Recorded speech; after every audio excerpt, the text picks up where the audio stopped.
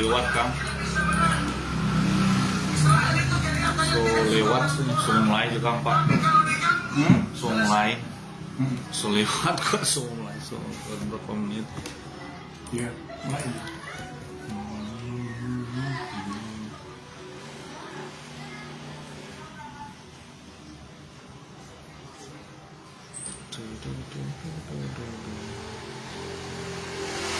Nah, jadi yang sudah bergabung ini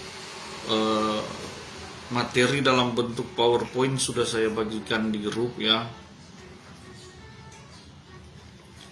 Jadi teman-teman tinggal nanti melihat materi tersebut. Nanti dia punya materi dalam bentuk Word, penjelasan lebih detail dari PowerPoint tersebut saya kirim setelah kuliah. Jadi karena dia punya PowerPoint cuma garis besar, teman-teman penting mengikuti video ini. Mohon maaf ada keterlambatan sedikit ya. Kita dalam ruang virtual ini kita boleh sambil menyembah Tuhan, berdoa sebelum memulaikan perkuliahan. Terus teman-teman nanti boleh didokumentasikan masing-masing perkuliahan meskipun lewat live FB seperti ini. Oke. Jadi boleh ada yang foto, apakah foto screen atau foto minta bantu di foto. Teman-teman sedang memantau perkuliahan apakah lewat laptop atau lewat HP.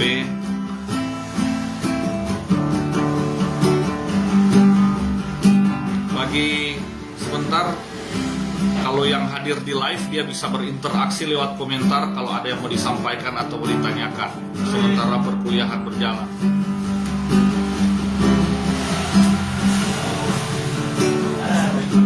Jalan tak terselami oleh setiap hati kami, namun satu hal ku percaya, ada rencana yang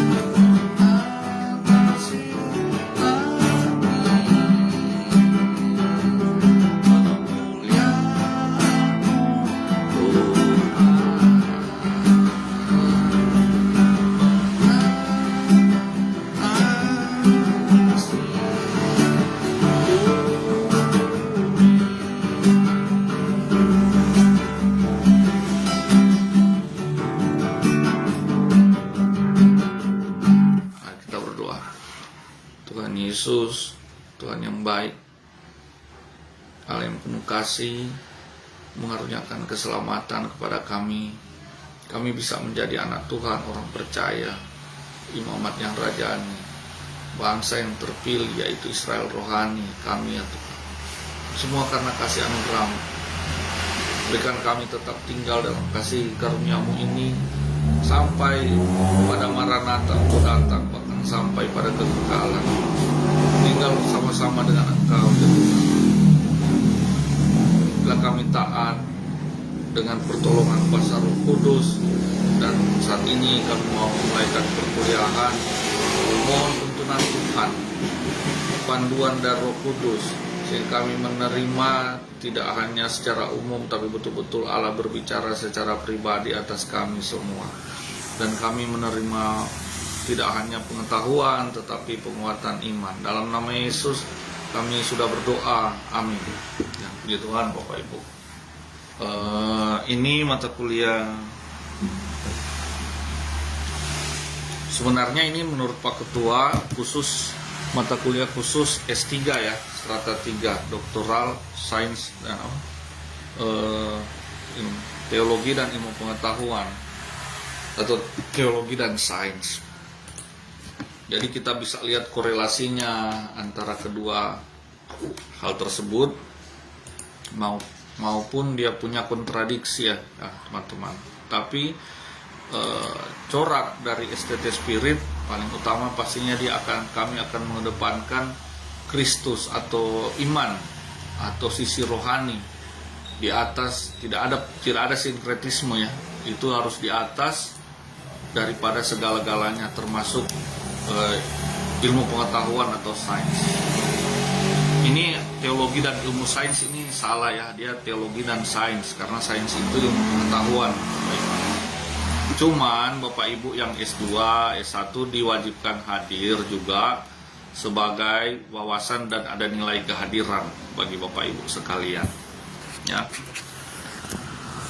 Apalagi kan perkuliahan kita kan ini tidak reguler 4 tahun, ini kelas lanjutan ya 1 tahun ya, kelas akselerasi, ada juga yang kelas lanjutan ya. Jadi tidak mengapa dan memang wajib hadir ya Bapak Ibu. Nah, dalam beberapa waktu ke depan ya, silakan Bapak Ibu, ini ada 18 slide. Kita buka dari slide yang kedua. Kalau slide pertama itu dia punya judul Bapak Ibu, dia punya judul.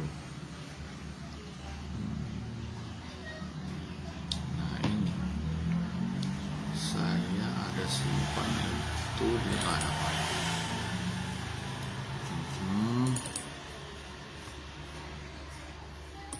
Baik. Di slide yang kedua, Bapak Ibu boleh lihat situ PowerPoint yang sudah saya kirimkan tadi.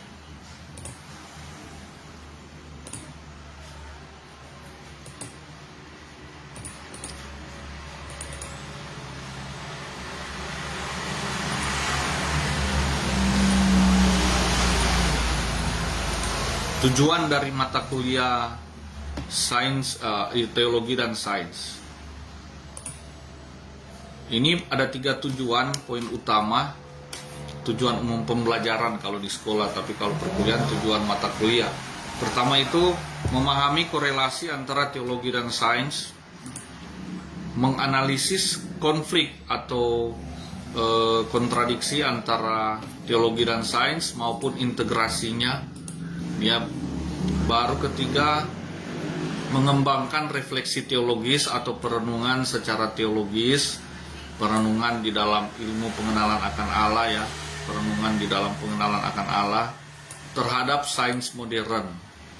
Jadi segala sesuatu harus didasarkan dulu dari pendalaman iman kepada Tuhan. Nah, itu kan filternya kita orang percaya.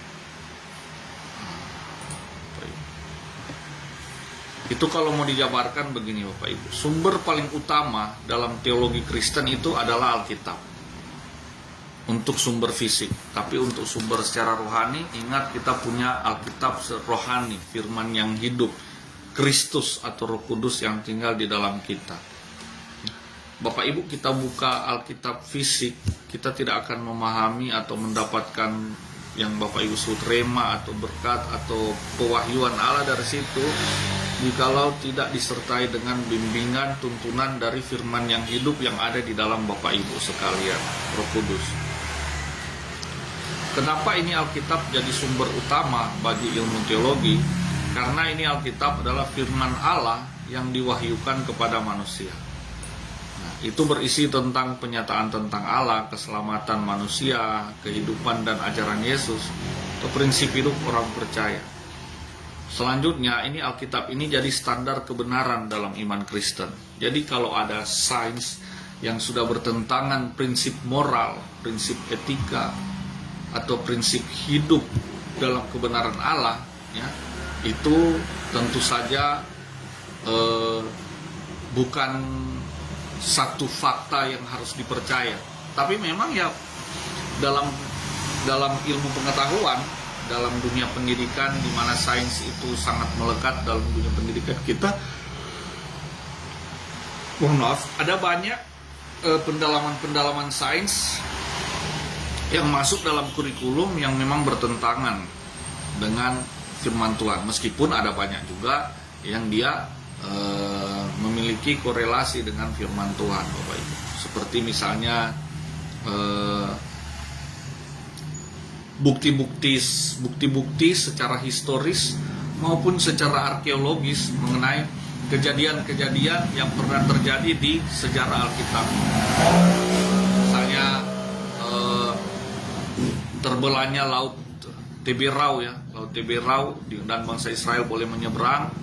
Itu memang secara ekologis, ya, dan dalam beberapa cabang ilmu pengetahuan yang lain diteliti, memang para peneliti mendapati bahwa ini dia punya keadaan laut tersebut setelah dipelajari memang pernah terjadi di mana laut itu mengalami terbelah dua begitu. Dan semakin saya pernah baca salah satu literatur tentang itu, semakin didalami, dikait-kaitkan dengan beberapa penelitian yang lain, mereka mendapati bahwa fenomena terbelahnya laut Teberau itu terjadi akibat pertemuan antara beberapa mata angin, beberapa arah angin bertemu sehingga memungkinkan terjadinya fenomena tersebut, laut terbelah menjadi dua. Jadi itu secara sains itu menjelaskan bagaimana supaya itu masuk logis, bisa dijelaskan secara logis, ya, masuk logika manusia, dan ternyata memang kinerja Allah dalam mujizat tersebut bisa dijelaskan secara sains, bisa dijelaskan secara saintifik. Lalu ditemukan juga bukti-bukti arkeologis di mana di dasar laut Teberau ditemukan banyak sisa-sisa kereta kuda yang ketika pun diteliti demikian jauh, dan kereta-kereta kuda ini berasal dari zaman Mesir kuno, ya, gitu. Itu salah satu bukti. Atau misalnya ditemukannya sisa-sisa Bahtera Nuh di pegunungan Ararat di Asia Kecil atau di Turki sekarang. Itu memang ditemukan, dipelajari dia punya umur kayu berapa, dan dikaitkan dengan kejadian di Alkitab sekian ratus tahun, ya, sekian tahun ke belakang, dan ternyata memang cocok bahwa kayu itu atau sisa kayu yang sudah membatu jadi fosil itu, ya, itu adalah sisa-sisa dari Bahtera Nuh. Gitu. Dia punya ketinggian, dia punya umur, itu kan semua ada ilmu sains yang mendalami khusus tentang arkeologis. Itu hanya beberapa contoh dari sekian banyak contoh yang lain, ya, yang bisa kita temukan. Baru berikut contoh isi teologi dari Alkitab. Ada beberapa isi dari Alkitab, yang isi teologis dari Alkitab yang akan menjadi bahan perbincangan yang erat dengan perkembangan sains, apalagi sains modern. Misalnya doktrin penciptaan, bagaimana sains menjelaskan berbeda jauh dengan penciptaan di Alkitab. Karena begini, Bapak Ibu, di dalam doktrin penciptaan Alkitab, ataupun bahkan kalau menurut saya sih penciptaan itu satu hal yang bukan doktrin lagi sebenarnya, itu dogma, itu hal yang paten di semua gereja sama, dia punya isi Alkitab tentang penciptaan. Karena untuk penciptaan itu, hari pertama Allah menciptakan langit dan bumi, ya kan?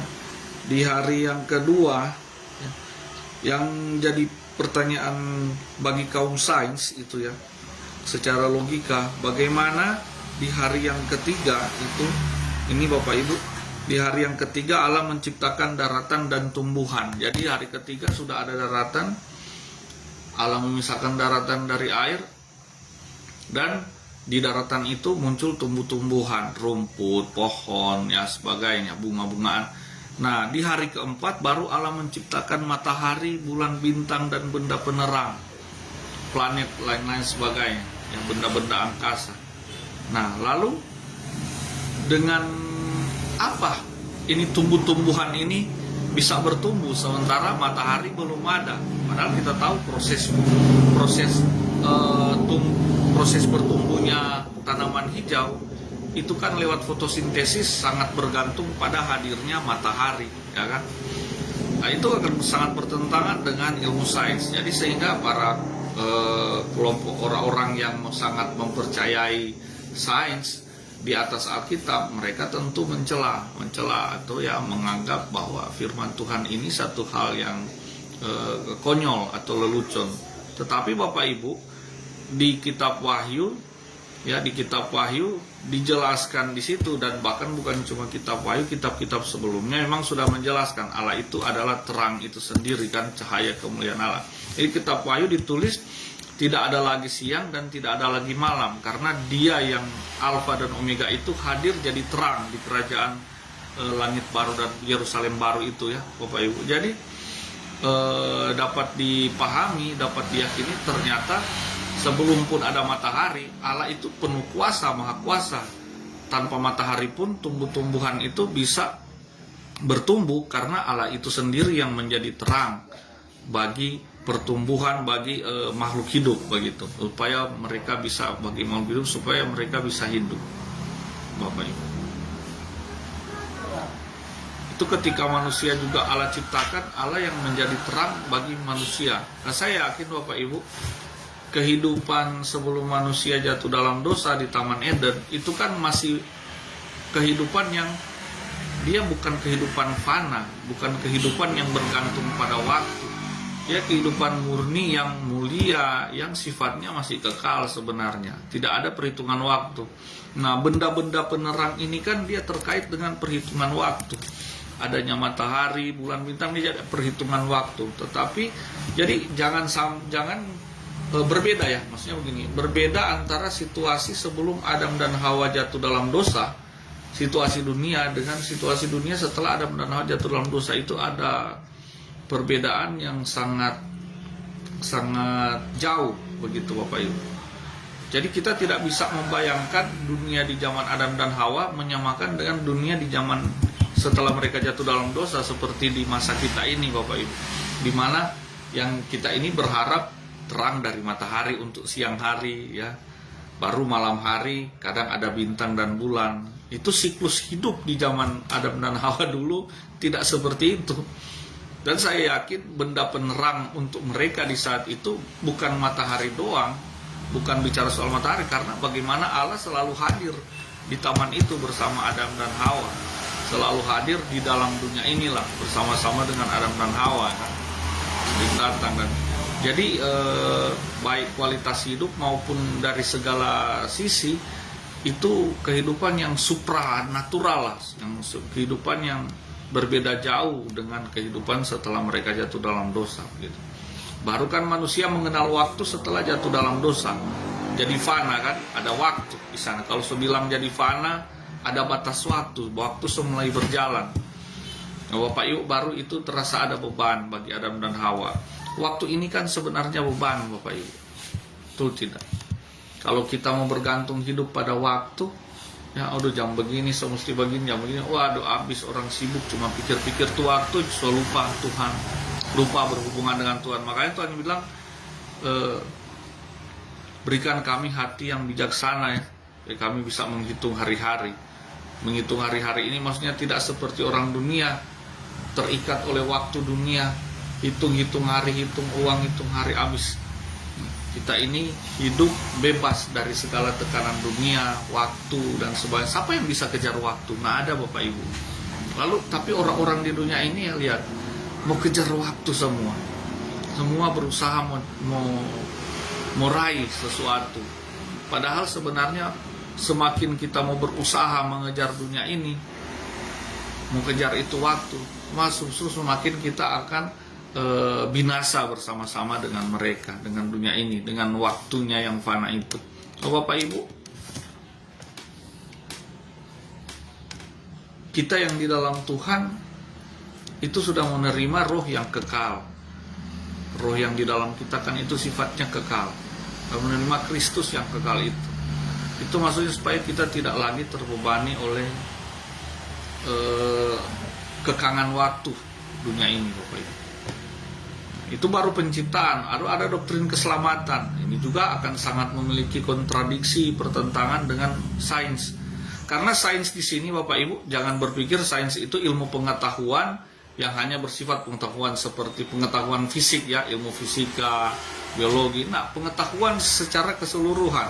Ilmu pengetahuan atau sains itu secara keseluruhan. Di situ sudah ada dia punya ideologi, dia punya filsafat hidup manusia, moral, etika, hukum manusia ya, atau dunia lah punya itu. Produk semua ilmu produk dunia itu sains, Bapak Ibu. Bukan cuma bicara soal teknologi ataupun ilmu pengetahuan yang sifatnya fisik, metafisika dan sebagainya. Baru ada doktrin gereja ya, baru ada doktrin akhir zaman.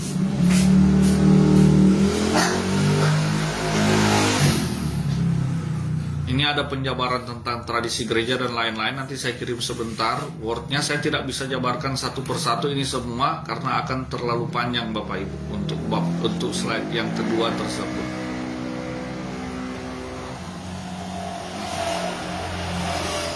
Baru sains. Sekarang yang sains. Tadi kan kalau di dalam teologi itu mengedepankan Alkitab sebagai sumber kebenaran. Dan saya sudah bilang Alkitab ini, firman Tuhan ini, Alkitab fisiknya, tetapi dia punya rohaninya, dia punya hidupnya, itu adalah firman yang hidup, itu adalah Roh Kudus yang diam di dalam Bapa dan Ibu dan saya. Sekarang bagaimana sains itu tipikal, kalau tadi tipikal teologi, sekarang tipikal dari sains. Sains ini dia bekerja di zona akal budi, pikiran, Bapak Ibu. Zona akal budi. Dia tidak bekerja dari dalam nurani. Serupa Paulus bilang, hati nurani yang layanilah Allah dengan hati nurani yang paling dalam. Sains ini dia bekerja paling pertama tuh di rasio, di logika. Sehingga sains itu segala sesuatu harus dijelaskan secara logika, secara logis. Akal budi adalah kemampuan manusia untuk apa? Berpikir, menganalisis, menalar, memahami kebenaran. Nah, ini ada 4 kemampuan akal budi. Menurut ilmu sains ya. 4 kemampuan akal budi: berpikir, menganalisis, menalar, dan memahami kebenaran. Tapi ingat Bapak Ibu, setelah Adam dan Hawa jatuh dalam dosa, kemampuan-kemampuan ini tidak lagi murni kemampuan di dalam Tuhan ya, bukan lagi kemampuan yang sempurna begitu. Tidak lagi kemampuan yang, tetapi menjadi kemampuan yang penuh celah, penuh beban, menjadi kemampuan yang sebenarnya kelemahan. Manusia tidak mampu mau seutuhnya, tidak lagi menjadi kemampuan yang utuh begitu, kemampuan yang benar. Jadi manusia tidak bisa mau berpikir selaras dengan Allah, menganalisis, menalar selaras dengan Allah, ataupun memahami kebenaran selaras dengan Allah. Makanya manusia berusaha mencari kebenarannya sendiri. Salah satu cara manusia mencari kebenarannya, itu kan ketika manusia dalam dosa itu, Bapak Ibu, manusia pasti haus untuk mencari kebenaran. Itu pasti. Karena mereka terpisah dari kebenaran, itu Allah. Sekarang bagaimana setelah ketika terpisah, mereka akan mencari jalan menemukan kebenaran itu. Bapak Ibu, coba renungkan, apakah manusia sanggup menemukan kebenaran itu? Tentu saja tidak, bukan? Karena Allah sendiri yang datang lewat kebenaran, yaitu lewat Kristus yang jadi kebenarannya itu, supaya diterima oleh kita. Kita nak mencari lagi, karena segala sesuatu sudah ada dalam Yesus. Sekarang dunia yang menolak Yesus ataupun belum mengenal Yesus, mereka masih terus mencari itu kebenaran. Dalam segala kehausan adalah mencari kebenaran lewat sains, lewat ilmu pengetahuan lah, ya, adalah mencari dia kebenaran lewat kepuasan diri dan sebagainya, lewat kemuliaan dunia. Jadi sains ini adalah salah satu jalan manusia mau berusaha bagaimana mereka menemukan lagi apa yang hilang setelah jatuh dalam dosa. Ya, segala upaya manusia yang manusia lakukan setelah mereka jatuh dalam dosa, itu adalah sebenarnya secara tidak sadar atau tidak sadar, itu adalah upaya mereka untuk bagaimana cara supaya mereka mendapatkan kembali apa yang hilang ketika mereka jatuh, ketika Adam dan Hawa jatuh, kemuliaan Allah. Ini sayang, manusia mau cari kebenaran, mau cari damai sejahtera, mau cari kemuliaan Allah, ya, itu dari dunia. Dapat nggak bakal. Mau dia sampai prof kalau prof pun itu ada pangkat-pangkat, ya, mau sampai prof pangkat ribuan juga Bapak Ibu, di luar Yesus, sia-sia. Dia tidak akan menemukan kepuasan dan kebenaran lewat pengetahuan yang dia gali atau yang dia cermati. Justru dari sains sendiri, dari para pakar sains sendiri, mau dia ilmu pengetahuan apapun, ya, itu mereka, para cendekiawannya, ya, itu ada ya tulisan-tulisan di mana mereka menunjukkan bahwa semakin banyak mereka tahu, atau ketika mereka dalam penelitian, ya, semakin banyak mereka mengetahui, justru semakin banyak pertanyaan. Jadi menimbulkan semakin banyak lagi yang mereka yakini mereka belum tahu, begitu. Jadi kalau kita pakai kata kuantitas, mau pakai bahasa kuantitatif supaya mungkin lebih mudah, misalnya penelitian, temukan satu hal baru. Di dalam penemuan satu hal baru itu, akhirnya muncul 1000 pertanyaan yang baru, yang mereka yakini bahwa aduh, ternyata masih ada banyak hal yang belum mereka ketahui. Begitu Bapak Ibu. Jadi mereka sendiri mengakui bahwa kemampuan mereka dalam meneliti, mendalami pengetahuan ini, itu jauh di luar jangkauan kemampuan logika manusia sebenarnya Bapak Ibu. Coba kita bicara angka saja. Angka itu tidak terbatas Bapak Ibu, sama seperti Allah. Angka ini tidak terbatas. Sampai sekarang tidak ada ilmu pengetahuan, kemampuan pakar matematika yang bisa menemukan angka yang batasan angka itu angka sampai berapa. Begitupun alam semesta. Para ilmuwan NASA atau ilmuwan apapun dia terkait astronomi, ya, astrologi, astronomi dan sebagainya, mereka menemukan bahwa angkasa ini tidak terbatas. Itu baru awal. Tapi ke belakang kemari mereka menemukan bukan cuma angkasa ini, alam semesta ini tidak terbatas, tetapi alam semesta ini terus membesar atau terus berkembang begitu.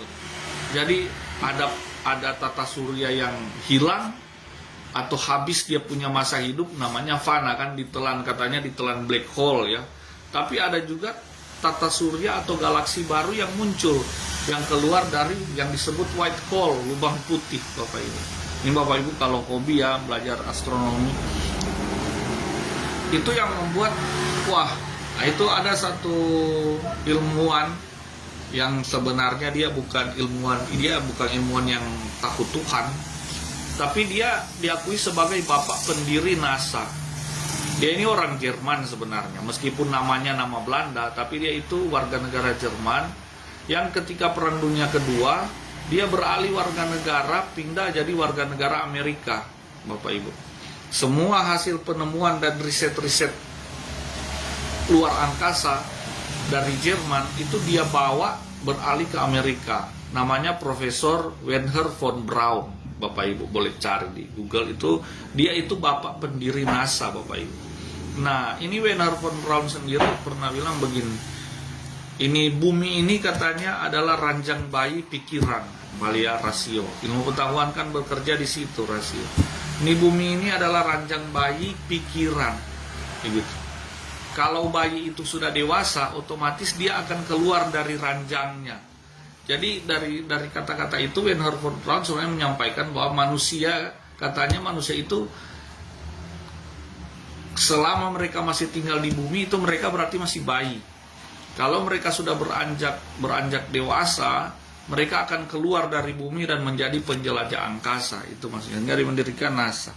Nah, Bapak Ibu, ini Wernher von Braun ini bukan seorang ilmuwan yang takut Tuhan ya. Yang takut Tuhan, malahan dia cenderung ateis. Tetapi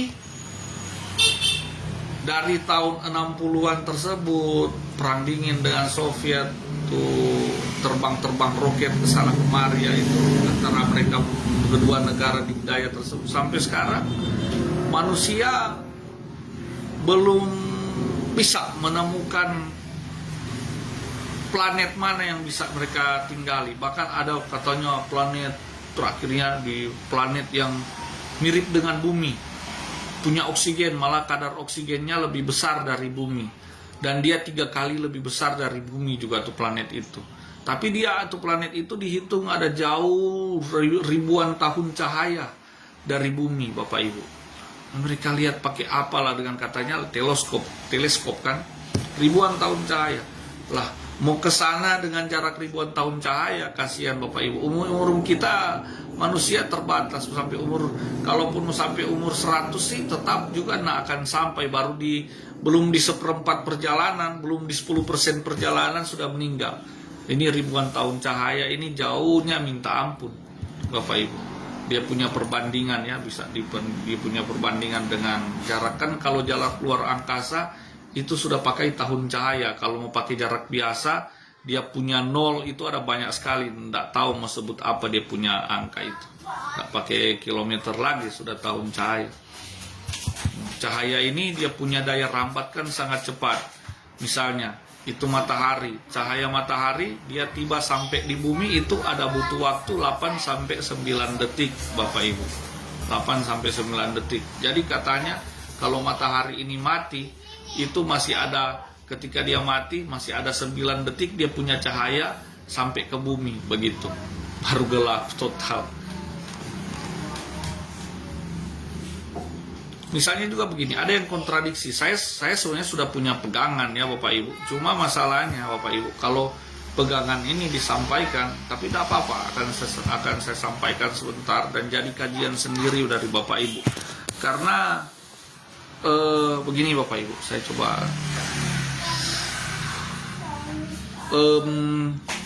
Bapak Ibu ingat kejadian Yosua ketika berperang lah, yang melawan beberapa suku, itu gabungan beberapa suku ya, peperangan itu di satu lembah ya, satu lembah Gibeon kalau nggak salah ya, lembah itu. Nah, ke dalam pertempuran itu bangsa Israel diyakini akan kalah kalau hari sudah beralih malam, Bapak Ibu. Hari sudah beralih malam. Nah, ketika itu ayat Alkitab jelas-jelas menulis Yosua meminta kepada Tuhan untuk menghentikan itu matahari di arah tertentu dan bulan di arah tertentu. Jadi menghentikan waktu lah, boleh dikata ya. Jadi matahari dan bulan Yosua minta untuk berhenti. Nah sekarang Bapak Ibu, ini jadi satu pertanyaan yang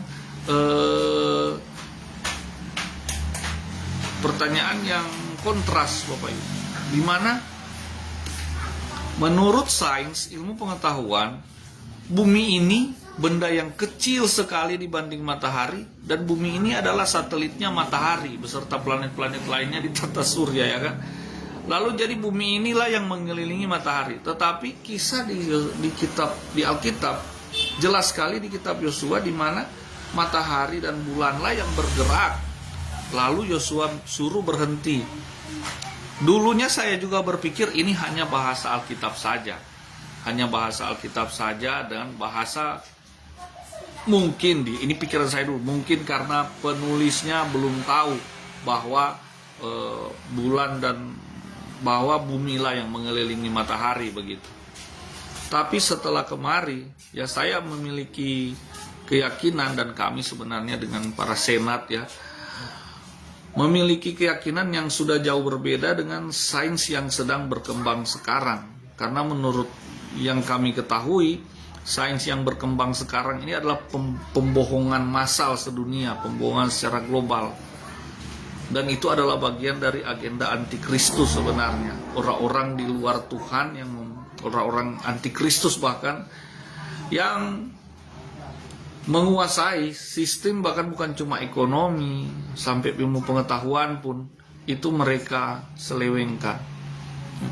Mereka lalu bilang kan, dari dulu pemujaan matahari itu sangat banyak Bapak Ibu, sudah sangat marak dari zaman perjanjian lama itu, perjanjian baru ya, pemujaan terhadap matahari yang dianggap sebagai dewa. Sehingga sampai sekarang di sains pun dibuat demikian, bahwa matahari lah itu pusat tata surya, dan bumi beserta planet, benda-benda angkasa lainnya mengitari matahari Bapak Ibu.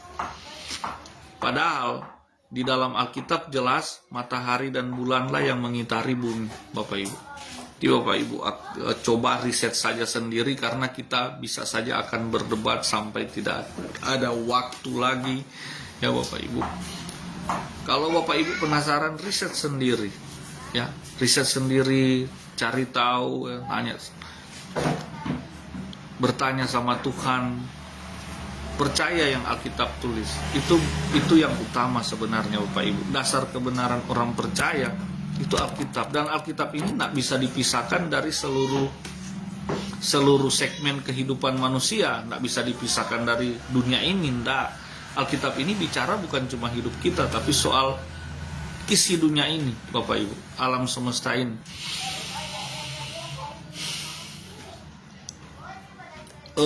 Ada satu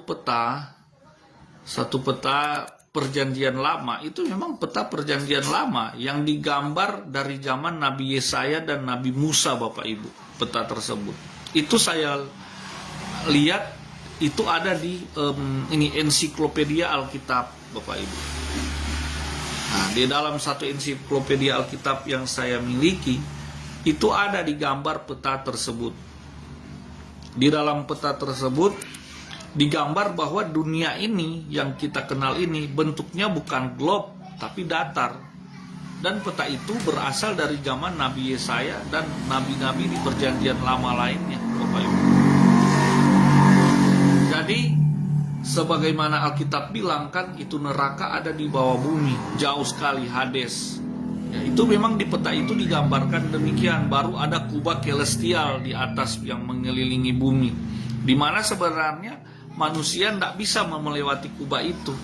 Jadi macam itu penerbangan Apollo keberapa yang saya sendiri sudah lupa penerbangan Apollo tersebut. Sebenarnya tidak benar kalau ada manusia bisa mencapai luar angkasa dan menginjakkan kakinya di bulan, karena ada kubah celestial tersebut yang di dalam kitab Kejadian di kisahnya Nuh itu jelas ditulis di situ Bapak Ibu,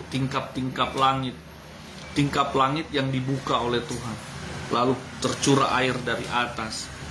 Tingkap-tingkap ini atau kubah celestial ini tidak bisa ditembus oleh apapun. Dan beberapa kajian-kajian sains yang independen, mereka sudah menunjukkan bukti-bukti di mana tidak ada itu roket atau apapun yang bisa menembus kubah tersebut. Nanti Bapak Ibu bisa searching juga, ada waktu itu Amerika dan Rusia waktu mereka perang dingin sama-sama mau mencapai luar angkasa, dan mereka menemukan bahwa mereka tidak bisa tembus itu kubah itu Bapak Ibu. Itu kubah atau bahasa sainsnya pakai bilang atmosfer, tapi seolah-olah bisa ditembus. Nah, ini kan heran. Orang sains bilang atmosfer ini itu kalau itu adalah selimut bumi kan, supaya kalau ada benda angkasa masuk dengan kecepatan bagaimana rupa, dia akan tergesek, hancur ketika lihat atmosfer. Dan itu benar, asteroid, atau meteorit ya yang mau jatuh, itu kan dia hancur duluan, nanti tinggal serpihan-serpihannya yang jatuh ke bumi. Itu macam pelindung Pak, begitu. Tetapi herannya para sains ini, para ilmuwan sains ini, mereka mengakui hal tersebut, tapi mereka tidak mengakui bahwa kalau roket kenapa bisa tembus, ya. Berapa sih roket buatan manusia, mau dari baja apapun, masa dia bisa tembus, sementara ini batu luar angkasa yang kita tahu kerasnya minta ampun, yang pastinya akan lebih keras dari roket manapun buatan tangan manusia, itu nggak bisa tembus, hancur berkeping-keping. Nanti tinggal dia punya sisa-sisa kecil-kecil itu yang terpencar di muka bumi, supaya dia punya utuh itu nggak tembus. Masa itu nggak tembus, kok roket bisa tembus ke atas? Itu saya sudah satu pertanyaan. Ini yang awam-awam saja. Cuma kenapa kita masih sulit menerima, banyak sulit menerima? Karena memang sudah terdoktrinasi, dia punya pengetahuan. Dari kecil dia lihat bumi bola begitu. Dari kecil dia tahunya seperti itu. Matahari itu besar sekali, ada di luar angkasa sana. Bumi ini adalah satelitnya matahari, berputar, berevolusi 1 tahun. Saya tidak akan bicara banyak soal itu, Bapak Ibu tolong riset sendiri. Nah, ini adalah salah satu kontradiksi antara sains dan Alkitab, Bapak Ibu. Saya tidak juga sedang membawa Bapak Ibu untuk anti terhadap sains, tidak demikian. Karena Alkitab itu pun adalah sains. Teologi di dalam Alkitab itu bicara sains, Bapak Ibu. Karena tadi sains itu kan dia bukan cuma soal ilmu pengetahuan, teknologi, fisika, dan sebagainya, tapi dia bicara seluruh pengetahuan.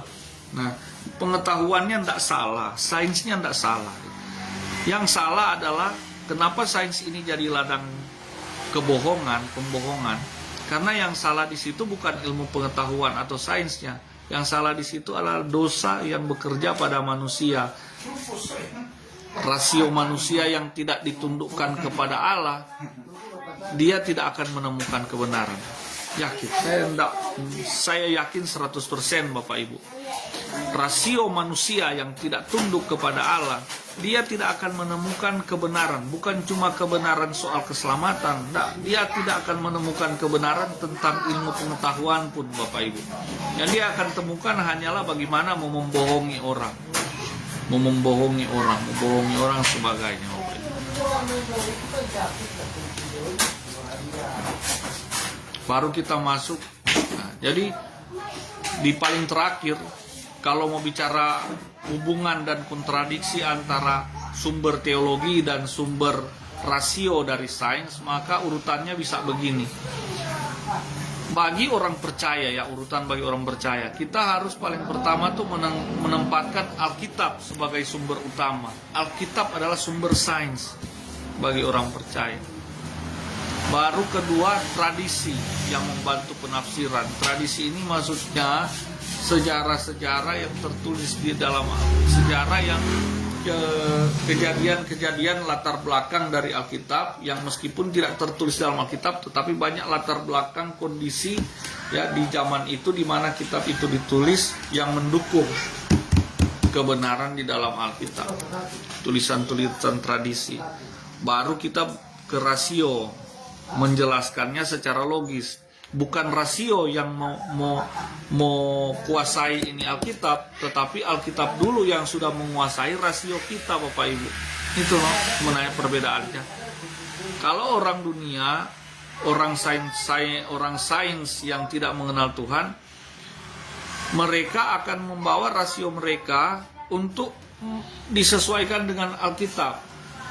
Padahal kalau orang di dalam Tuhan, dalam kebenaran Allah, ya, rasio kita dulu yang ditundukkan kepada Alkitab, Bapak Ibu. Jadi kita Alkitab, kebenaran firman Tuhan dulu, kebenaran Allah dulu, baru kita ke rasio. Rasio ini sudah dasarnya kebenaran firman Allah, kebenaran Allah, begitu. Dasarnya sudah iman dulu tuh rasio, begitu. Beda dengan orang dunia, rasionya mau diselaraskan dengan Alkitab, dengan firman Allah. Kalau tidak selaras, rasio yang harus di atas. Tidak demikian.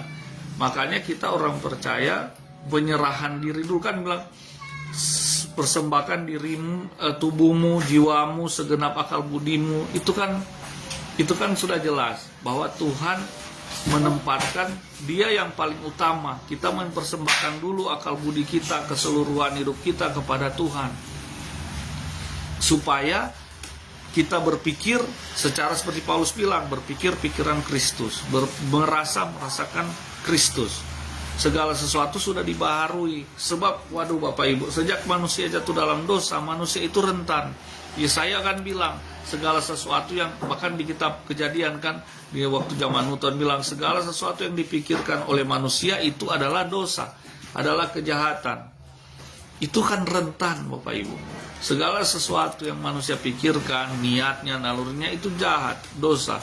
Nah, jangan berpikir itu jahat, nanti bunuh orang, yang ekstrim-ekstrim dan secara lahiriah. Nah, jahat ini dalam arti dia menyimpang dari Allah. Begitu. Dia menjauh dari Allah. Kalau kita belajar yang lalu, mata kuliah yang sebelumnya ya Bapak Ibu, kan iblis ini dia punya kerja cuma satu yang secara garis besar ya, menjauhkan manusia dari Allah. Menjauhkan ini sudah berarti membuat manusia berontak dari Allah, membuat manusia menyeleweng dari Allah, membuat manusia tidak mau ikut kehendak Allah, membuat manusia itu jauh dari Allah atau melupakan Allah sebagainya. Itu sudah termasuklah situ. Yang penting saya pakai kata mewakili itu, katanya menjauh dari Allah. Nah, sekarang manusia berusaha mau capai kebenaran dengan cara sendiri sebenarnya. Kan begini, dengan kepintaran hasil dari makan buah pengetahuan yang baik dan jahat. Itu asal mula sains dunia ya. Makan buah pengetahuan baik dan jahat. Jadi tahu, punya knowing, punya pengetahuan. Nah, di situ manusia akhirnya sadar bahwa pengetahuan yang mereka miliki tanpa adanya kehidupan, karena mereka lakukan itu kan dalam pemberontakan. Mereka terima tuh pengetahuan, tapi justru jadi beban karena mereka melakukannya dalam pemberontakan terhadap Allah.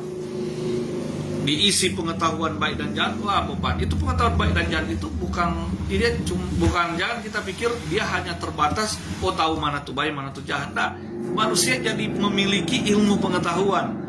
Tangkap ya maksudnya. Manusia jadi pinter tanda kutip ya.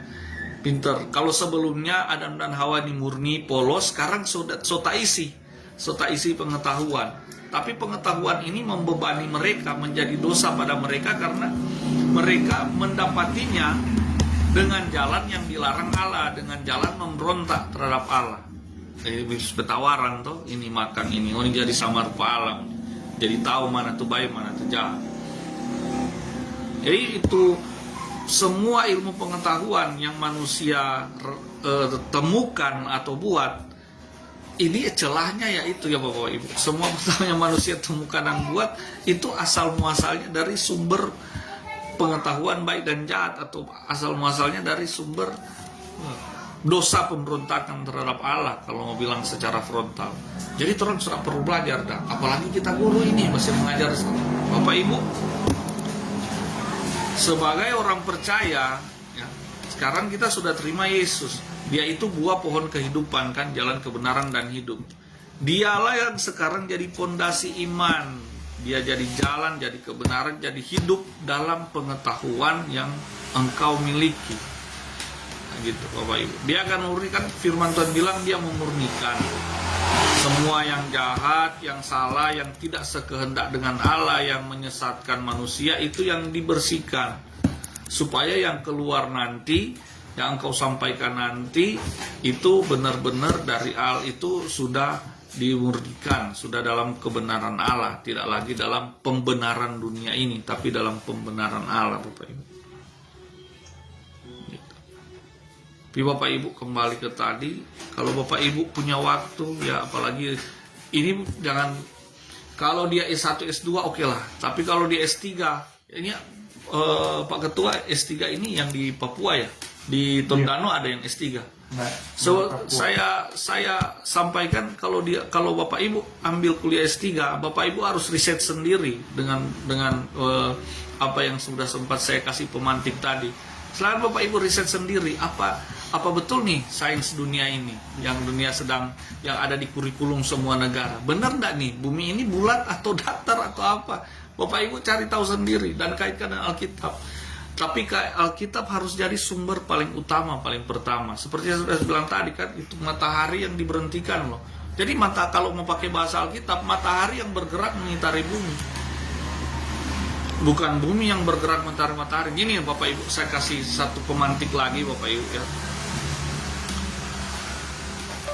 Ketika Tuhan menciptakan bumi, dunia ini ya, dunia ini, Allah menciptakan langit dan bumi. Itu pertama loh, hari pertama, langit dan bumi. Jadi bumi sudah ada dulu, baru benda-benda angkasa lainnya Bapak Ibu. Ya, ini baru benda-benda angkasa yang lain. Bumi sudah ada duluan. Jadi apakah mustahil atau tidak masuk akal kalau bumi ini dia punya bentuk atau dia punya, ini kalau bicara bentuk juga nanti terlalu ekstrim mau didengar oleh para teman-teman masih. Tapi ya mau pakai bahasa apa lagi ya. Jadi kalau bumi ini diciptakan lebih dulu, baru benda-benda angkasa itu diciptakan kemudian di hari keempat, apakah mustahil bahwa bumi ini bentuknya lain sendiri Bapak Ibu? Dan satu hal, Allah sedemikian menspesialkan ini bumi ini, ciptaannya ini. Berarti ada sesuatu dong yang Allah khususkan di bumi ini. Jadi ada sesuatu yang membuat bumi ini jadi spesial. Karena gini, pusat alam semesta katanya untuk setiap alam semesta itu disebut galaksi kan? Begini, alam semesta itu ada terdiri dari begitu ribuan galaksi yang tidak terhitung pula oleh mereka. Di setiap galaksi ada ribuan atau miliaran tata surya.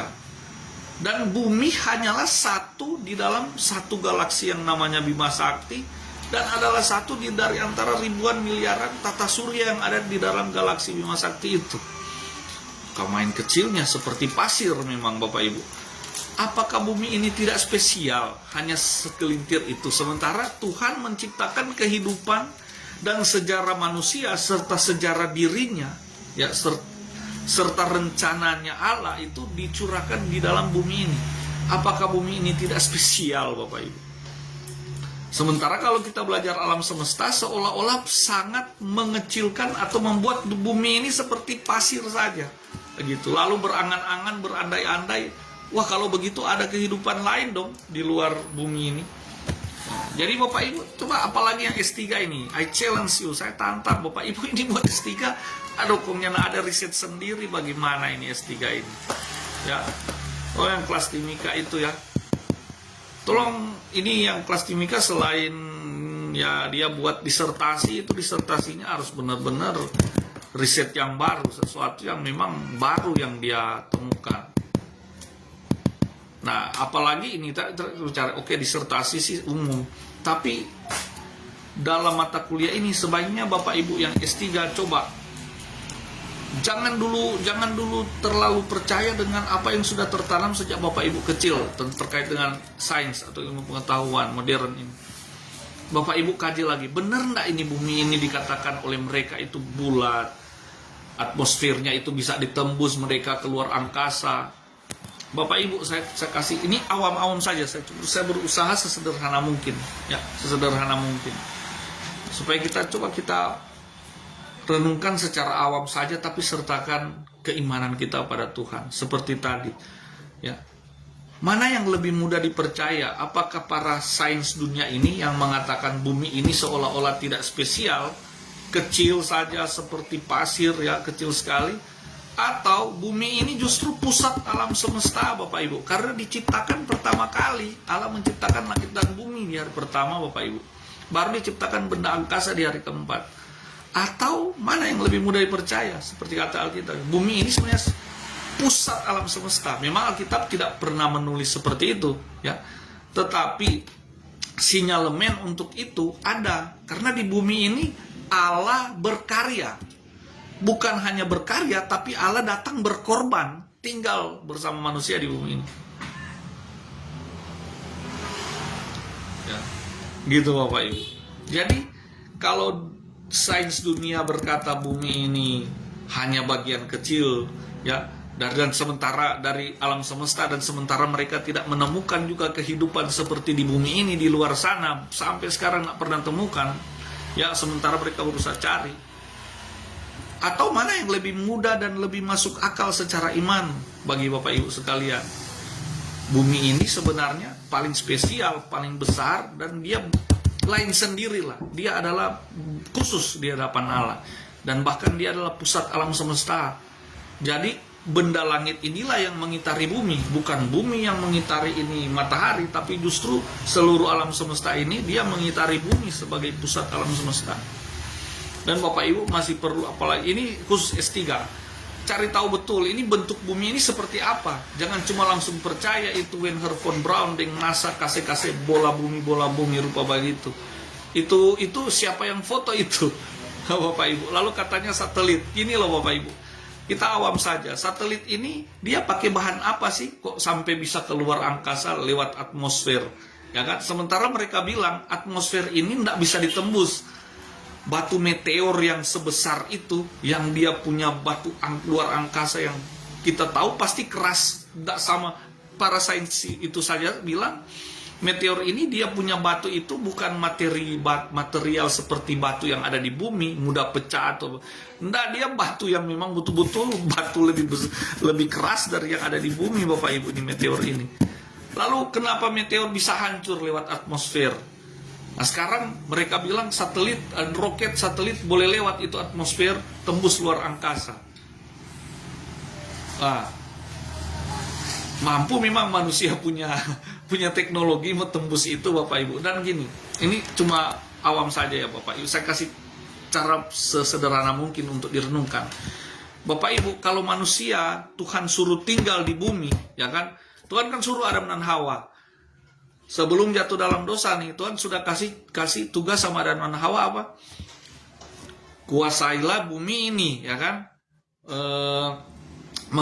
Berkembang biak, penuhi bumi ini, kuasailah bumi ini. Kuasailah itu dalam arti mereka mengurus, mengelola bumi, menguasai bumi ini, ya kan? Jadi kalau Tuhan suruh begitu pada Adam dan Hawa manusia, apakah Tuhan akan izinkan mereka keluar dari bumi? Pasti tidak, ya kan? Sudah Bapak Ibu silakan, tidak usah, saya juga tidak akan minta Bapak Ibu untuk percaya mentah-mentah, jangan. Malahan saya akan bilang jangan, riset sendiri, apalagi you yang S3. Ya, jadi kalau Tuhan yang tidak kasih, tidak mengizinkan manusia keluar dari bumi ini, udah pasti ada selimutnya dong, ada penghalangnya dong, udah pasti. Untuk kubah celestial itu, kalau orang-orang sains bilang atmosfer supaya untuk menipu, membohongi banyak orang. Dan memang kalau ini kebohongan ini Bapak Ibu teliti ya, bagi Bapak Ibu yang punya waktu dan mau memberi diri untuk menelitinya, apalagi khususnya S3, dan Bapak Ibu temukan nih kebohongan ini, waduh akan banyak kebohongan lain yang akan Bapak Ibu ketahui, yang sudah dilakukan oleh mereka, para antikristi ini ya, kelompok antikristus ini lakukan pada umat manusia selama sekian ratusan tahun. Jadi ilmu pengetahuan modern dia bertentangan dengan Alkitab. Kalau dia ada kontradiksi ya, kontradiksi pertentangannya dengan Alkitab itu bukan karena ilmu pengetahuan yang salah. Katakan kembali lagi, teologi itu ilmu pengetahuan. Kita tidak usah pakai kata teologi yang secara itu pun pakai bahasa sekuler ya, theos dan logos. Alkitab ini ilmu pengetahuan, tapi ilmu pengetahuan dalam kebenarannya Allah gitu. Nah, dunia punya ilmu pengetahuan? Tidak punya. Cuma ilmu pengetahuannya dunia ini sudah dicemari oleh dosa. Kenapa? Karena bersumber dari buah pengetahuan dan baik dan jahat. Pengetahuannya manusia. Lalu bagaimana sikap kita? Ya, engkau yang sudah terima Kristus, sekarang Kristus dan Alkitab ya, firman Allah, firman yang hidup itu jadi dasar utama. Jadi dasar utama filterisasi ilmu pengetahuan. Kalau ilmu pengetahuan itu sudah jelas-jelas bertentangan dengan firman Allah dan Anda sudah mengetahuinya, tentu saja Anda tidak akan memegang lagi itu sebagai satu patokan kebenaran. Gitu Bapak Ibu. Ya, bahwa ada waktu yang hilang sehubungan dengan matahari yang berhenti. Cuma itu kan matahari yang berhenti itu tidak panjang ya. tidak panjang. Hanya di saat pertempuran ketika bangsa-bangsa yang melawan Israel ini kalah, baru matahari bisa bergerak lagi. Gitu. Nah, berarti kan matahari yang mengitari bumi. Lalu kenapa sains bilang bumi yang mengitari matahari? Nah, tadi Bapak Ibu, saya sudah ada dua hal ya, yang pertanyaan sederhana saja. Yang kedua, mana yang Bapak Ibu akan percayai? Apakah manusia bisa keluar dari bumi? Apakah ada benda atau manusia bisa keluar dari bumi? Ya, atau tidak ada sama sekali benda atau manusia yang bisa keluar dari bumi? Sesuai Alkitab. Karena Tuhan menyuruh manusia diam di bumi, bukan mau keluar. Bapak Ibu. Jadi itu dan ke bulan dan sebagainya, pembohongan oleh NASA. Itu alat itu banyak negara beli-beli satelit. Indonesia salah satunya, ada dari satelit Palapa sampai sekarang satelit apa namanya udah lupa. Ya, negara-negara lain itu pembohongan. Pembohongan NASA. NASA ini kan salah satu bagian kalau orang mau belajar akhir zaman, eskatologi ya, atau teknologi versus wahyu, yang NASA ini bagian dari mereka yang sedang menjalankan agenda itu, Bapak Ibu.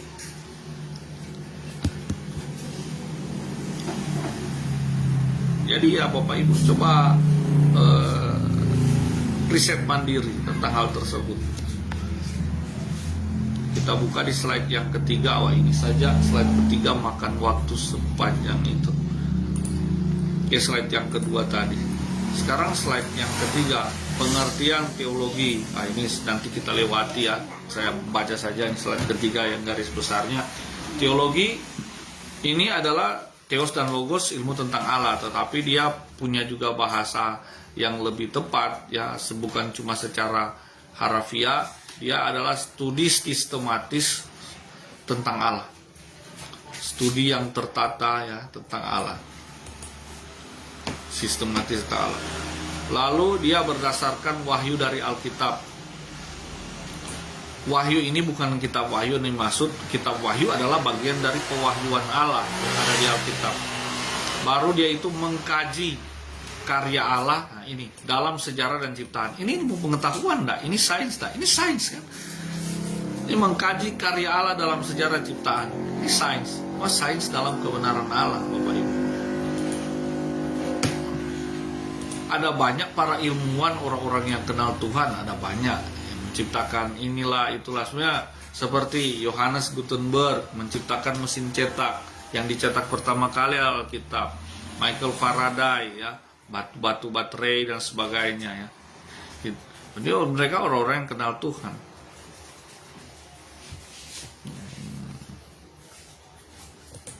Nah, Bapak Ibu juga kalau misalnya mau baca tentang ilmu pengetahuan bisa ambil dari Jeff Hammond ya. Nah, dia itu seorang pendeta, doktor juga ya, tapi dia juga doktor di dalam ilmu pengetahuan, sains. Baru di slide yang keempat. Slide yang keempat, pengertian ilmu sains. Sains itu studi sistematis tentang alam. Kalau teologi, studi sistematis tentang Allah. Kalau sains tentang alam. Nah sekarang orang belajar alam tanpa Allah, dia apa dia mau temukan Bapak Ibu? Bapak Ibu, secara awam saja ya. Orang mau belajar tentang alam tetapi tanpa pengenalan akan Allah, apakah akan benar dia punya pengetahuan? Tidak, sijamin tidak.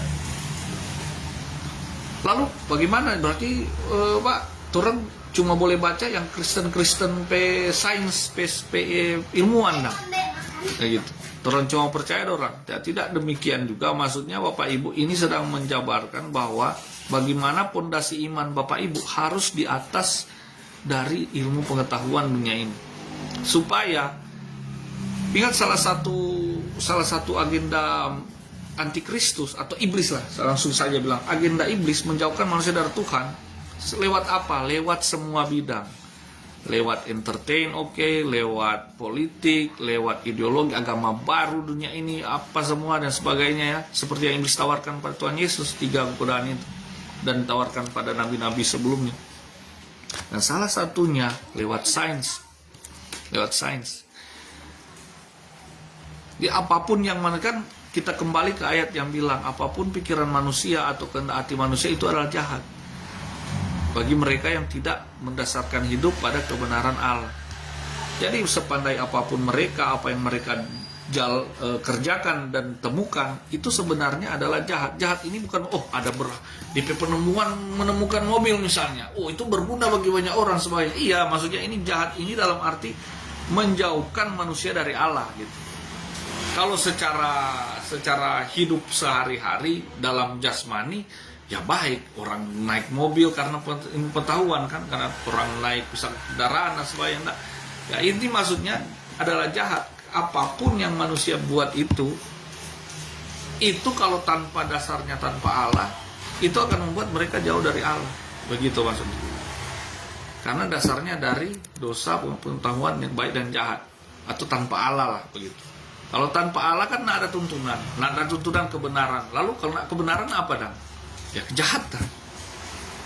Meskipun tampaknya terang. Kan ingat, iblis menyamar sebagai malaikat terang. Meskipun tampaknya baik, punya hasil positif. Iya punya hasil positif. Ini saja ini semua positif. Tapi kalau dasarnya tanpa Allah, habis. Kalau dasarnya Allah, Bapak Ibu, pondasinya Allah. Makanya Paulus bilang, lakukanlah segala sesuatu seperti itu untuk Tuhan dan bukan untuk manusia. Dan yakinilah bahwa segala sesuatu dari Dia, oleh Dia, untuk Dia. Nah, kita putar kembali ke situ, kita balikan kembali ke sumbernya yang utuh, yaitu Dia sendiri, ya gitu Bapak Ibu. Kan ini buah pengetahuan yang baik dan jahat ini sebenarnya Bapak Ibu ya, Tuhan memang larang Adam dan Hawa makan itu satu pantangan. Tetapi apakah buah ini memang tidak akan apakah Adam dan Hawa memang tidak akan punya izin untuk makan buah itu Bapak Ibu?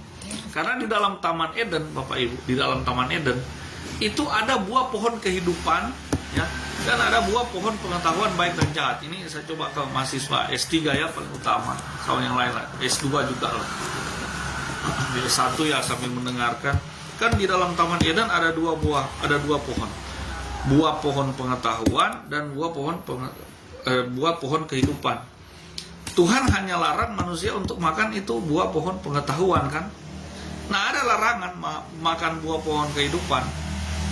Tapi sayangnya Bapak Ibu, Adam dan Hawa yang kita tidak tahu dia punya waktu itu kan kekal. Kita tidak tahu berapa lama, itu pastinya lama sekali dalam kekekalan. Mereka tidak pernah terpikirkan atau tersentuh untuk memakan ini buah pohon kehidupan. Nah, kitab juga tidak menceritakan itu bahwa mereka makan buah pohon kehidupan. Seandainya mereka makan itu buah pohon kehidupan, mereka kan otomatis mereka akan menikmati kualitas hidup seperti Allah, kehidupan. Dengan demikian mereka tidak lagi ada pantangan untuk, tidak lagi takut mau jadi dosa, ya, untuk mereka makan tuh buah pohon pengetahuan baik dan jahat, karena mereka sudah makan dulu ini buah pohon kehidupan, ini hidup ini buah pohon kehidupan ini. Kan karena manusia sudah terlanjur makan tuh buah pengetahuan baik dan jahat, sehingga Tuhan harus datang kembali, ini harus kasih makan nih buah pohon kehidupan, Yesus Kristus. Nah, ketika Tuhan Yesus datang, dia bilang, akulah roti hidup, makanlah, tubuhku benar-benar makanan. Karena dia bilang, aku jalan kebenaran dan hidup. Dia kan ini buah pohon kehidupan yang datang secara rohani, memberi diri pada kita, supaya kita jadi menikmati itu kekekalan Allah, kehidupannya Allah di dalam hidupnya kita, gitu. mengalami hidupnya Allah dalam kita, gitu. Supaya itu buah pohon kehidupan itu memurnikan ini pengetahuan baik dan jahat yang sudah terlanjur masuk, dimurnikan, dibersihkan. Kan namanya, kan buat apa kita mengikuti ibadah dari dulu selalu bilang pemurnian, pembersihan, jadi bersihkan dari dosa. Ya ini maksudnya Bapak Ibu, dosa yang sudah terlanjur mendarah daging, itu hukumnya ya, yang Paulus bilang di kitab Roma 7 dan 8 itu yang bisa bersihkan itu hanya buah pohon kehidupan masuk di dalam kita, karena dosanya kan ada di dalam, dia yang harus bersihkan kehidupan. Lalu sistematisnya, mekanismenya seperti apa? Kehadiran Kristus. di dalam kita sebagai kehidupan, jalan kebenaran dan hidup kan, buah pohon kehidupan itu hadir dalam kita, Bapak Ibu. Sayang memang Adam dan Hawa, kenapa mereka tidak makan duluan tuh buah pohon kehidupan. Nah, kenapa mereka sampai harus Tuhan usir dari Taman Eden? Itu bukan ngapa-ngapa juga, bukan cuma karena Tuhan marah, usir begitu saja tanpa ada alasan. Ini bahaya, danger sekali Bapak Ibu. Mereka sudah makan buah pohon pengetahuan baik dan jahat dalam keberdosaan, ya Bapak Ibu, dalam situasi yang memang sudah berdosa sekali, sudah tidak lagi murni lah, ya sudah berontak, situasi yang berontak terhadap Allah itu ya, sudah makan, sudah penuh beban dia punya pikiran. Dari awalnya masih murni tanang untuk pengetahuan, Bapak Ibu kan bisa renungkan sekarang juga kan, bisa renungkan juga secara sederhana saja, renungkan bagaimana itu yang masih murni kemudian sudah tanang akan pengetahuan jadi beban tanpa kehidupan, jadi beban, jadi fana. Dia langsung lihat mereka telanjang dan jadi malu, mereka sadar, waduh telanjang, jadi malu, bersembunyi, sudah mengenal ketakutan, mengenal kecemasan. Wah, itu menderita sekali Bapak Ibu. Istilahnya kalau mau bilang itu udah neraka, itu neraka secara batin. Dan itu dialami oleh orang-orang di dunia ini, sadar atau tidak sadar. Syukur-syukur Bapak Ibu dan saya udah terima Yesus, supaya tidak ngalamin neraka dunia ini sama seperti mereka. Kelihatan mereka hahaha, ketawa-ketawa, tapi tidak tahu batinnya Bapak Ibu. Itu hasil dari buah itu Bapak Ibu. Hancur di sini, hancur sini. Udah tidak selaras hidup manusia, habis. Sekarang datang buah pohon kehidupan, dia akan bersihkan. Makin hari Kristus makin besar, kita makin berkurang. Itu kan masuknya pembaharuan. Sekarang yang saya bicarakan ini sains enggak? Sains, tapi dalam kebenaran, dalam Kristus. Inilah sains yang sesungguhnya, bermula dari diri, pembaharuan diri. Baru kita bicara alam, pembaharuan luar. Sekarang sains dunia ini, mereka bicara pembaharuan luar, tapi tidak bisa dibaharui karena dirinya mereka tidak mulai dari pembaharuan diri. Mau mulai dari pembaharuan diri juga tidak bisa karena mereka tidak menemukan kebenaran Allah, tidak menemukan Allah, sumber pembaharuan itu Bapak Ibu. Paham maksudnya? Ini loh, ini orang sains macam di Cina, ya, Amerika juga pastinya, tapi yang paling terkenal sekarang kalau bicara teknologi kan Cina itu aduh gila-gilaan. Di Cina sekarang ada satu proyek, bukan cuma sekarang, mungkin saya tahunya sekarang, tapi udah lama. Itu proyek itu, jadi kalau ada orang mati, ada beberapa orang yang meninggal, jasadnya khusus ada dipilih, ya, dipilih mungkin orang penting atau punya kehebatan lah ya. Ketika orang ini meninggal, jasadnya itu dibekukan di dalam air, gitu, di dalam peti khusus. Dengan tujuan apa? Ke depan ketika mereka menemukan teknologi untuk menghidupkan orang mati atau memperpanjang umur, ya kan? Jasad ini harus dibangkitkan. Baru ada lagi teknologi juga yang ingin mengekalkan manusia, teknologi digital. Jadi bagaimana itu otak manusia itu mau pakai bahasa apa itu ya? Difermentasikan ke dalam bentuk ditransfer sedemikian rupa ke dalam bentuk rekaman memori.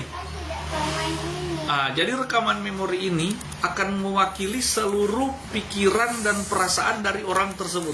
Jadi ketika orang itu meninggal, nanti dia punya memori ini dipasang ke robot dalam bentuk AI. Jadi robot AI ini dia akan terhubung dengan memori tersebut dan dia akan betul-betul mewakili orang yang sudah meninggal tadi. Meskipun wujudnya tidak sama, tapi orang itu punya karakteristik itu dan dia punya ingatan itu tetap hidup di dalam mesin tersebut Bapak Ibu. Nah ini kan manusia berusaha mau cari hidup kekal, benar enggak? Dengan jalan ilmu pengetahuan, nyam dunia, dengan jalan pengetahuan dunia, sains dunia. Mereka mau cari hidup kekal. Gitu. Mereka mencari hidup kekal. Nah, itu yang hilang waktu Adam dan Hawa jatuh dalam dosa. Mereka mau cari kembali apa yang hilang. Ya, waktu Adam dan Hawa jatuh dalam dosa, mereka mau cari kembali apa yang sudah hilang, kemuliaan Allah, kekekalan hidup. mereka cari dengan jalan buah pengetahuan baik dan jahat, tidak dengan jalan kehidupan Kristus yang masuk. Nah, kita bicara pembaharuan diri, ini bicara bagaimana manusia mau kembali ke kualitas hidup Adam, itu Adam yang lama kan itu dosa. Kualitas hidup Adam yang kedua yaitu Kristus, yang Kristus tawarkan. Ya. Di kitab Korintus itu bilang Adam yang kedua itu Kristus, ya, oleh dia seluruh orang diselamatkan. Jadi dunia punya jalan berusaha sedemikian rupa untuk cari itu kekekalan hidup, padahal itu sains dunia, padahal sainsnya Allah, sainsnya Kristus sudah menjadi solusi jawaban bahwa sebenarnya pembaharuan itu lewat Kristus. Manusia bisa hidup kekal, bahkan segambar dengan Allah, kan itu segambar dengan Allah, menjadi sama serupa segambar dengan Allah, memerintah bersama Allah, bahkan di kitab Wahyu bilang memerintah bersama-sama dengan Allah. Meskipun Allah yang adalah yang utama di situ, tapi karena memerintah bersama dengan Allah. Ini yang dunia kejar, enggak? Ini yang ilmu pengetahuan dunia kejar, enggak? Ya, ini kan yang mereka kejar. Tapi mereka tidak temukan itu karena mereka gagal menyerahkan dirinya kepada Allah. Merasa pinter dengan kebodohan mereka, Bapak Ibu, gitu. Merasa pinter dengan pengetahuan, sumber pengetahuan baik dan jahatnya mereka. Istilahnya masih mempertahankan itu pengetahuan yang merusak, sebenarnya pengetahuan dosa yang masih mempertahankan pengetahuan dosanya mereka itu tanpa tidak tunduk pada kebenaran Allah, begitu Bapak Ibu. Ya, figuratif. Yesus ini kan Yesus bilang, akulah jalan kebenaran dan hidup.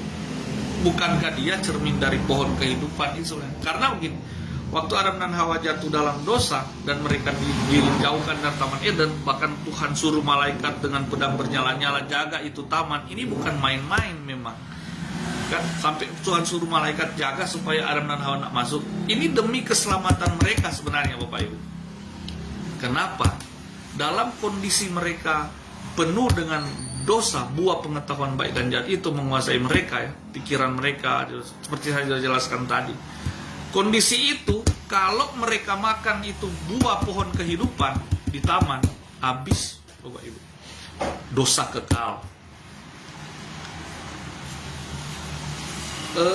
Mereka akan kekal dalam posisi yang menderita, begitu, menderita. Posisi menderita dalam artinya itu, ketika posisi menderita ini karena mereka selain kehilangan kemuliaan Allah, itu buah pengetahuan baik dan jahat itu jadi beban, kan? Jadi beban bagi hidup mereka, bukan cuma beban di hati, di pikiran, di seluruh di tubuh jasmani mereka itu jadi beban, jadi ngengat. Bapak Ibu, ini saya coba kasih lebih sederhana gini loh, Bapak Ibu. Iblis ketika dia jatuh dalam dosa, dia dari sorga, kan? Dari sorga ini dia pemimpin pujiannya Allah. Lalu kitab Yesaya dan kitab Wahyu mengkonfirmasi bahwa ini Lucifer ini dia ingin menyerupai Allah. Disebut kalau kitab Yesaya, saya pinjam kata secara figuratif menyebutnya bintang kejora atau bintang yang gilang gemilang, begitu. Menginisiasikan dia seperti itu karena pakai bahasa itu, karena kalau di bintang-bintang kan bintang kejora ini kan paling terang, paling gagah jalia atau paling bintang yang menyala paling terang. Nah, dia itu malaikat paling indah seperti bintang kejora begitu, langit. Lalu dia berusaha menyerupai Allah, memberontak. Siapa yang goda iblis? Nah, ada Bapak Ibu. Dia punya kehendak sendiri loh di surga ini. Dosa pertama terjadi di mana? Justru di kerajaan surga, Bapak. Dia dengan kehendaknya sendiri dia ingin berontak terhadap Allah, menyerupai Allah, tapi gagal, otomatis gagal. Dia kan malaikat ciptaan, bahkan ciptaan yang bukan serupa dan segambar dengan Allah. Kita ini manusia serupa dan segambar dengan Allah. Ini stagnan, ini ciptaan yang stagnan, yang tidak bisa berkembang. Diciptakan ya sebagai malaikat, ya udah begitu. Kalau kita manusia ciptaan yang Allah sedang persiapkan untuk menjadi segambar serupa dengan dia, punya pertumbuhan, punya perkembangan. Nah, ini iblis ketika jatuh dalam dosa, dia senang atau menderita, Bapak Ibu? Oh, Bapak Ibu yang ikuti ini ya, ini cuma 8 yang ikuti. Dia senang atau menderita ketika dia jatuh dalam dosa? menderita. Apakah dia merasakan neraka ketika dia jatuh dalam dosa? Neraka ini bukan bicara soal nanti satu tempat ya, tapi dirinya, entitasnya. Apakah dia merasakan neraka ketika dia jatuh dalam dosa dan dia gagal itu? Dia rasakan neraka pribadinya. Jadi iblis pun posisinya menderita kan ketika dia dalam dosa. Sekarang dia tidak mau sendirian.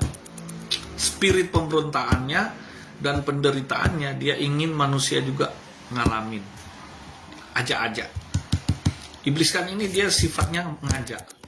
Seperti yang lalu-lalu mata kuliah yang kemarin saya bilang, yang mengajak itu. Dia ajak manusia. Manusia yang ngikutin, ketipu sama dia, ikutin. Jadi menderita seperti dia menderita. Spiritnya dia tanamin, spirit pemberontakan itu ditanamkan. Ini Bapak Ibu, saya kasih contoh gini aja lah Bapak Ibu, yang sederhana juga ini. Kita kalau masih anak-anak, jangankan masih anak-anak, udah dewasa juga, terpisah dengan orang tua, menderita nggak? Susah nggak?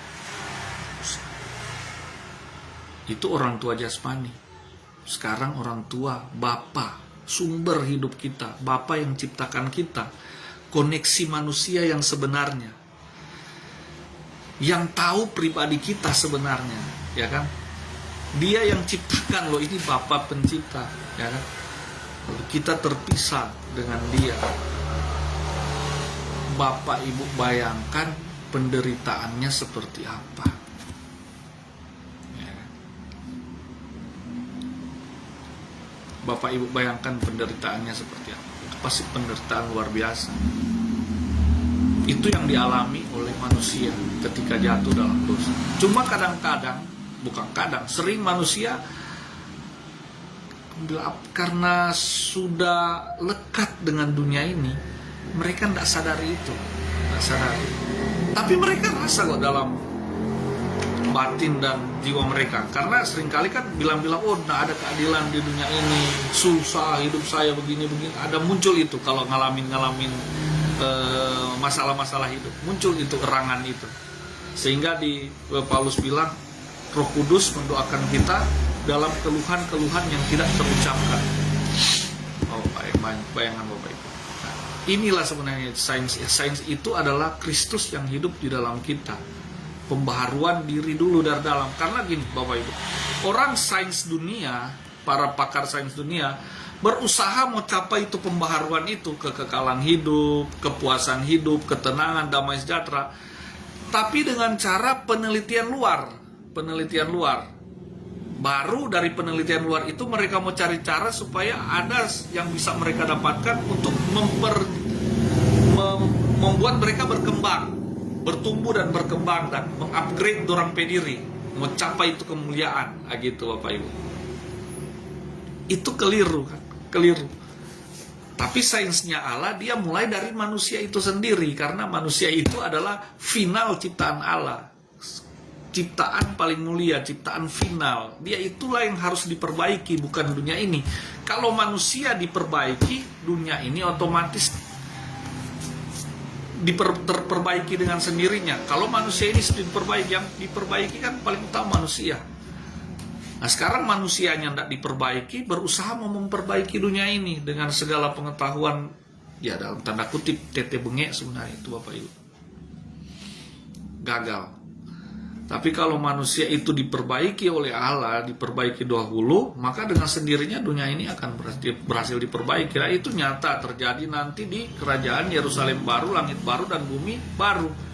Orang-orang yang tinggal di sana kan bukan orang-orang bermasalah, bukan LP Bapak Ibu, lembaga pemasyarakatan surga, tetapi orang-orang yang sudah diperbaiki, diperbaharui hidupnya, diperbaharui di dalam Kristus hidup. Otomatis langit baru,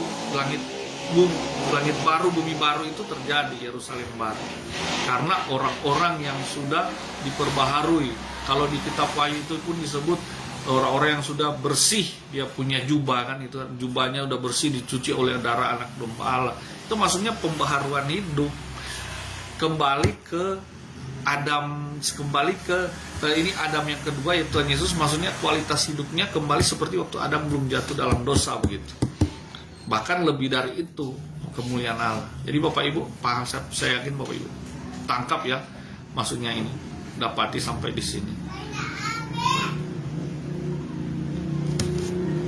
Ini mungkin jadi slide yang terakhir, slide yang kelima. Karena saya bahagia meskipun slide tidak selesai, tetapi saya bahagia meskipun slide tidak selesai, tetapi inti dari mata kuliah ini Bapak Ibu sudah kita diskusikan bersama, sudah tersampaikan. Tapi inti dari mata kuliah sudah tersampaikan. Karena seperti tadi sudah terbukti kan, manusia berusaha mau capai tujuan untuk mencapai itu kekekalan hidup dan sebagainya dengan berbagai pendalaman ilmu pengetahuannya, tapi gagal. Ternyata ada sains yang utama yaitu Kristus yang tinggal dalam kita ya. Itu sains itu sebenarnya ternyata adalah pendalaman Kristus supaya kita mengalami apa yang dunia ini cari, itu yang terang mau dapat justru sebenarnya kekekalan hidup, damai sejahtera. Itu dulu diterima, dibaharui, baru yang lain-lain akan ditambahkan kepadamu. Apa itu lain-lain? Saya pakai kata tanda kutip ya, yang lain-lain akan ditambahkan. Carilah dahulu Allah dan kebenarannya, itu tadi pembaharuan Kristus, maka yang lain-lain akan ditambahkan kepadamu. Apa tuh lain-lain itu? Sosiologi, biologi, ya, sejarah, ekonomi. Nah sekarang orang dunia pelajari itu untuk mau cari itu DP utama. Kasihan, mau dapat kapan mau dapat? Bapak Ibu ini imamat yang rajani, orang percaya Bapak Ibu, imamat rajani ini kita punya kekhususan Bapak Ibu. Sebodoh-bodohnya kita di hadapan dunia, ada orang bodoh-bodohnya dia di hadapan dunia. Waduh, dia itu paling pintar kalau dia dalami Kristus dalam dirinya, dia dapati finalnya Bapak Ibu, yang dunia ini tidak dapati. Itu kan Paulus sampai bilang rahasia kerajaan Allah yang dari dulu sampai yang dari dunia purbakala sampai sekarang tersimpan berabad-abad, sekarang dinyatakan kepada kita orang percaya Bapak Ibu. Ini kekayaan, kepintaran, pengetahuan yang yang tidak ada batasnya Bapak Ibu, yang tidak ada duanya gitu Bapak Ibu. Oke, amin, puji Tuhan Bapak Ibu. Nah ini perbedaan metodologi. Ini maksudnya perbedaan metodologi, perbedaan metode penelitiannya, metode cara kerjanya antara teologi dan sains. Kalau teologi dia kerjanya pakai wahyu dan penafsiran hermeneutik. Kalau sains dia pakai observasi empiris, observasi berdasarkan data-data nyata. Data-data nyata yang dimaksud juga data-data nyata itu maksudnya data-data secara fisik yang kelihatan. Nah, makanya saya bilang tadi kan mereka pelajari yang kelihatan, kita pelajari yang tidak kelihatan. Ini Paulus sudah bilang, Allah melihat manusia melihat apa yang kelihatan. Itu di zaman Samuel juga sama. Sampai di Paulus bilang, dunia melihat apa yang kelihatan, tapi Allah melihat yang tidak kelihatan. Itu yang kita, yang teologi, yang ilmu pengetahuan tentang Allah yang sesungguhnya ya, itu yang Kristus dalami Bapak Ibu, yang kita dalami bersama di dalam Kristus. Itu yang sampai Paulus bilang, kalau dulu kami menilai Kristus kalau dulu kami menilai Kristus dengan penilaian manusia, sekarang kami tidak menilainya lagi demikian. Penilaian manusia itu seperti apa? Lihat cuma pakai mata jasmani, hasil dari dua pengetahuan baik dan jahat. Sekarang dunia pun begitu. Ngana bilang tuh COVID itu hoax, COVID itu pandemi, mana datanya? Yang terlihat, mereka tidak pelajari apa yang tidak terlihat. Mereka tidak mau dalami itu, tidak sampai di situ. Itu orang yang masih terikat dengan dunia Bapak Ibu. Saya tantang ya S3, ayo Anda riset apa sebenarnya yang terjadi di dunia ini. Apa betul nih dunia ini bentuknya seperti ini? Atau mau riset yang kalau mau riset yang COVID juga silakan Bapak Ibu. Ada S3, S3 ini itu orang mesti ya Bapak Ibu. Saya juga belajar, kita semua belajar Bapak Ibu. Kita serahkan hidup kita sama Tuhan, Tuhan pasti bukakan Bapak Ibu karena kalau pengetahuan dunia dia akan semakin menyesatkan engkau pada kefanaan, itu pasti. Tapi pengetahuan Allah dia akan semakin memperlebar jalanmu dalam kekekalan, itu pasti. Semakin membuat engkau dekat dengan Allah, itu pasti. Oke Bapak Ibu, kita selesaikan perkuliahan malam hari ini. Dan nanti dia punya modul Word yang lebih spesifik. itu akan saya bagikan sebentar Bapak Ibu. Kita nyanyikan dulu lagu sebelum kita berdoa bersama.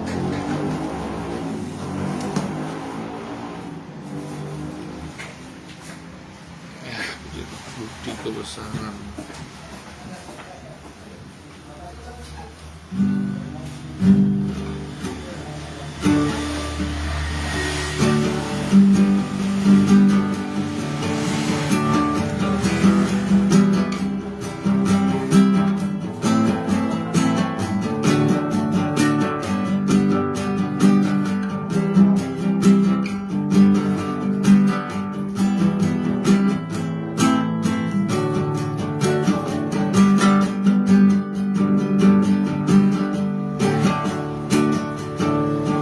Hidupku menggenapi firman,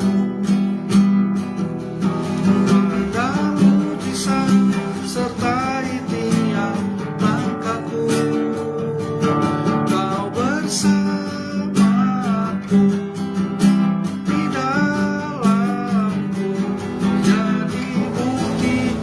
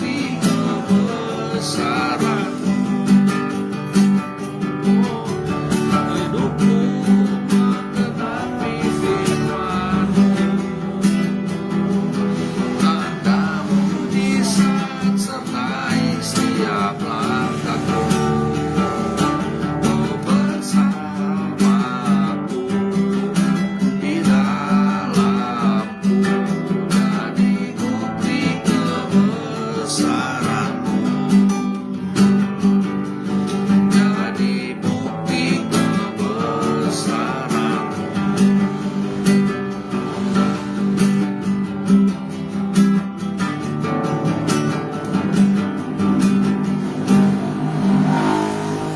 Sebelum kita berdoa, saya ingatkan kembali bagi yang tidak menonton dari awal agar bisa menonton dari awal ya video materi ini.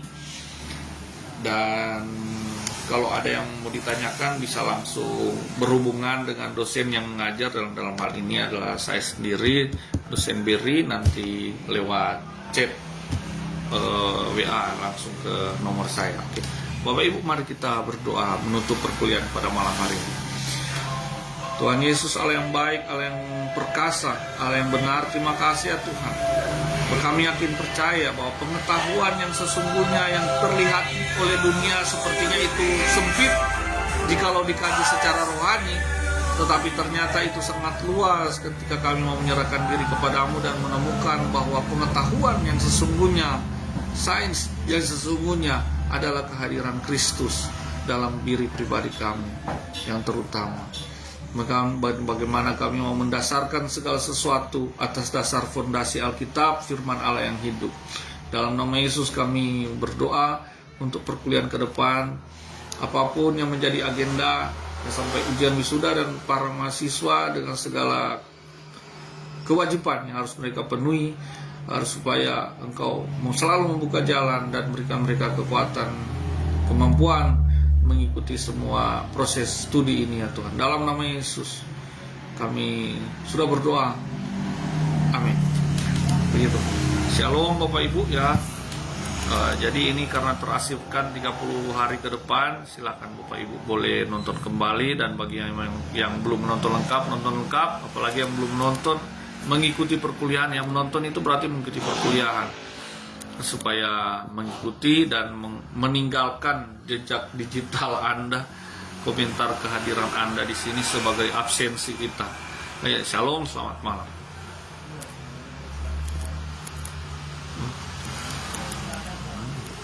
Selesaikan.